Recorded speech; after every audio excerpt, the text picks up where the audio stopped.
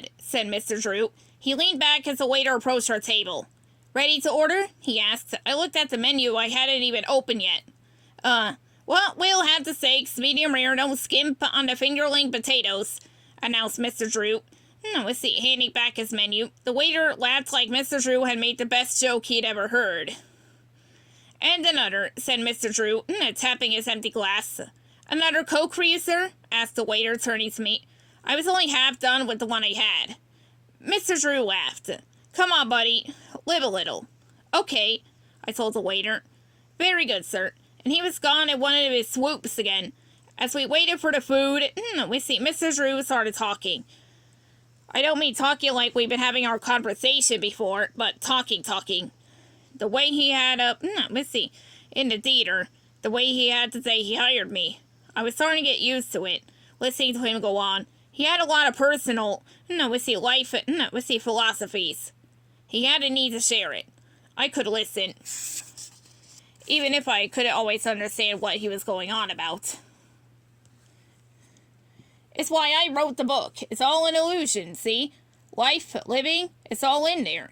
He tapped at the side of his head and took a long sip of the new old-fashioned that had materialized in front of him. People think there are rules. Rules are things that are man-made, trying to keep society in order. That's not bad, but it's also not something people like us have to worry about.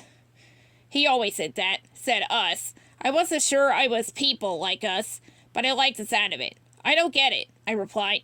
The steaks arrived just then, and I stared open-mouthed. I didn't mean to, and when the waiter laughed, I clenched my jaw shut, feeling embarrassed. But they were huge. The biggest pieces of meat I'd ever seen. This could have easily fed me, Ma, and Grandpa for one dinner. Looks fantastic, said Mr. Drew to the waiter, who beamed and then left. Then he turned to me and smiled. Don't be scared, buddy. Dig in. I'm not scared, I replied as I picked up my fork and knife. But honestly, I kind of was. I cut a piece and ate it. It was the most incredible taste I'd had in a very long time. Soft and juicy. Just the right amount of flavoring. It seemed almost wrong that food could taste this good, and not everyone had the chance to experience it. No, not almost wrong. It was wrong. They say rules are meant to be broken, said Mr. Drew, chewing hard. But I say, why not rewrite the rules? Why break them when you can control them? It's all about having control over our own destinies. I nodded as I scooped out the potato. It tasted different, but had a zing to it. Horseradish, said Mr. Drew without me not having to ask it. Amazing, isn't it? Yes, I replied with my mouth full. And then he went on. It was a dinner where Mr. Drew wanted to talk deep stuff I didn't really understand, and where all I wanted to do was to taste. I wanted to savor, keep it all in my memory. I barely listened to him. Honestly, I heard the word vision again, and more stuff about illusions. But after a third old-fashioned, I was pretty sure even Mr. Drew wasn't really keeping up with what he was trying to say. By the time he hit the cheesecake for desserts, I didn't think my stomach could hold any more food. And I certainly didn't think my brain could hold any more Mr. Drew's speeches. Finally, the marathon was over, and we were both leaning back in our chairs. Mr. Drew had stopped speaking.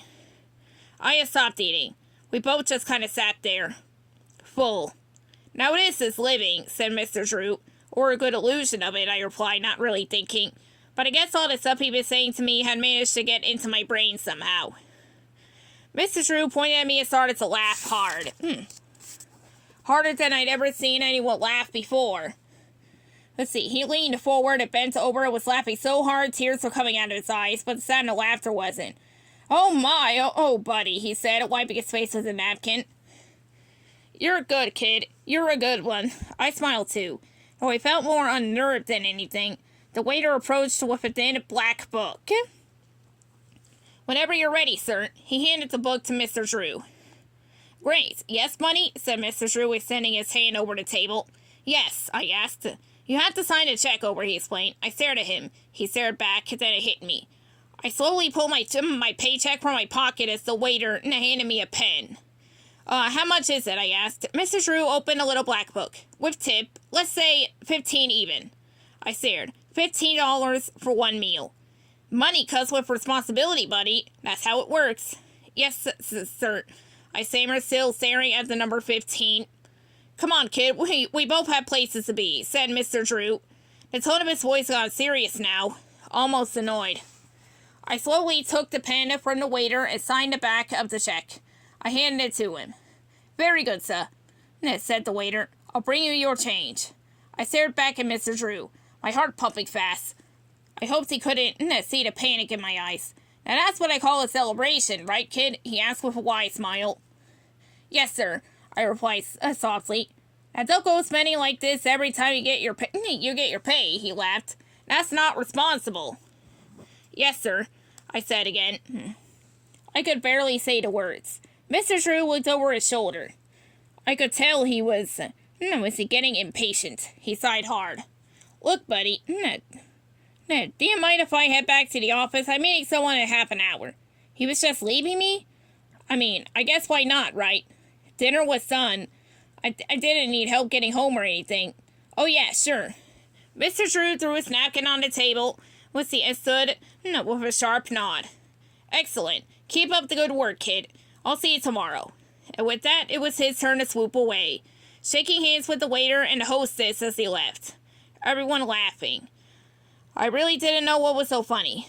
Your change, sir, said the waiter, coming over with the end. And handing me the little black book. Thanks.